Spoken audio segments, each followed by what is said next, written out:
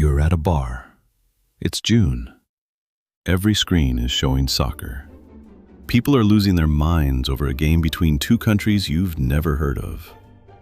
Someone next to you is crying. Someone else is hugging a complete stranger. And you're sitting there thinking, what exactly is going on? What is this tournament? How does it work? Who even decides who gets to play? Here's the thing. The FIFA World Cup is not just a sports tournament. It is the single largest sporting event on planet Earth. Bigger than the Olympics, bigger than the Super Bowl, bigger than anything America has ever hosted. And this year, 2026, it's happening right here. In American cities, in American stadiums, with American crowds. And this version of the World Cup is different from every World Cup before it. Because for the first time in history, 48 countries are competing. Not 32, not 16, 48. So if you've ever wondered what's actually going on when people talk about group stages, knockout rounds, and penalty shootouts, this video is for you. By the end of the next 8 minutes, you will understand this tournament better than most people who've been watching soccer their entire lives. Let's start from the very beginning. Every 4 years, the best soccer teams from every country on Earth compete for one trophy, one cup, the FIFA World Cup. FIFA stands for Fédération Internationale de Football Association. It's the organization that runs soccer globally. Think of it like the NFL, except instead of running one country's sport, it runs the entire planet's most popular sport. FIFA has 211 member countries. For context, the United Nations has 193. There are more countries in FIFA than in the United Nations. Every 4 years, FIFA organizes this tournament, and here's what makes it unlike anything else in sports. Every country has to earn their spot. Nobody gets invited. Nobody buys their way in. You qualify or you go home. The qualification process starts almost immediately after the previous World Cup ends. Countries from every continent play hundreds of games over 3 years just for a chance to be in the tournament. That's why when a small country qualifies for the first time, their entire nation shuts down. Streets empty, schools close. People weep in public because they know what it took to get there. This year, 4 countries are appearing in the World Cup for the very first time ever. Cabo Verde, Curacao, Jordan, and Uzbekistan. They didn't just show up, they fought for years to earn that right. Now, here's where 2026 gets interesting. Every World Cup from 1998 to 2022 had 32 teams. 32 teams, 64 games, 1 champion. That was the format for 24 years. People knew it. People loved it. Then, FIFA changed everything. Starting with this World Cup, the field expanded from 32 to 48 teams. That means 16 extra countries that would never have qualified before are now on that stage. That means 104 total games instead of 64. And that means the tournament now spans 39 days across 3 countries: the United States, Canada, and Mexico. Why did FIFA do this?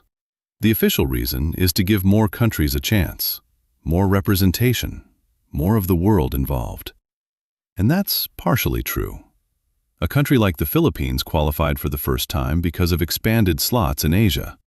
A country like Cabo Verde qualified because Africa got more spots. But there's also a business reason. More games means more TV deals. More TV deals means more money. The 2026 World Cup is projected to generate over $11 billion in revenue. So yes, it's about inclusion. It's also about money. Welcome to professional sports. Okay, 48 teams. Now what? First comes the group stage. Think of it like the regular season in American sports, except brutally short. You get 3 games to prove yourself. That's it. The 48 teams are divided into 12 groups of 4 teams each. Every team plays the other 3 teams in their group once. You win, you get 3 points. You draw, which in soccer means tie, you get 1 point. You lose, you get 0. Let's make this real. Group D has the United States. The US plays Paraguay, then Australia, then Turkey. 3 games. If they win 2 and lose 1, they probably advance. If they lose all 3, they go home. The whole country watches 3 games and either celebrates or goes silent. Now, here's what makes the group stage so dramatic. Every game matters immediately. There's no "we'll get them next week." There's no best of 7 series. One bad game and your World Cup dream is hanging by a thread. In 2022, Germany, a 4-time World Cup champion, went home in the group stage. In 2010, France, the defending finalist, went home in the group stage. The group stage is where legends get humiliated and unknowns become heroes. Now we get to the part that makes soccer unbearable in the best possible way. Once the group stage ends, 32 teams enter the knockout rounds, and the rule is simple. You lose, you go home.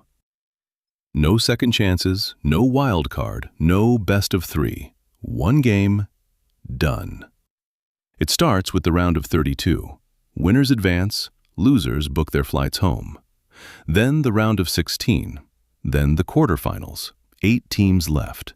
Then the semifinals, 4 teams left. Then the final, 2 teams, 1 winner. Every single game from this point is won and done. And this is where the World Cup becomes something beyond sports. Because the pressure in these games is almost impossible to describe. Think about it this way. These players have trained their entire lives for this moment. Some of them come from countries where soccer is the only way out of poverty. Their families are watching. Their entire nation is watching. Hundreds of millions of people are watching. And they have 90 minutes to make it or break it. Players cry on the pitch. Coaches cover their eyes. Fans who don't even speak the same language hold each other in the stands. The knockout rounds of the World Cup produce the most emotional moments in all of sports. Not some sports, all of sports. Here's something that confuses a lot of new soccer fans. What happens if the score is tied after 90 minutes in a knockout game? In the group stage, a tie is fine. Both teams get 1 point and move on. But in the knockout rounds, someone has to go home. So FIFA has a system. First, 30 minutes of extra time, 2 15-minute halves. Teams play on.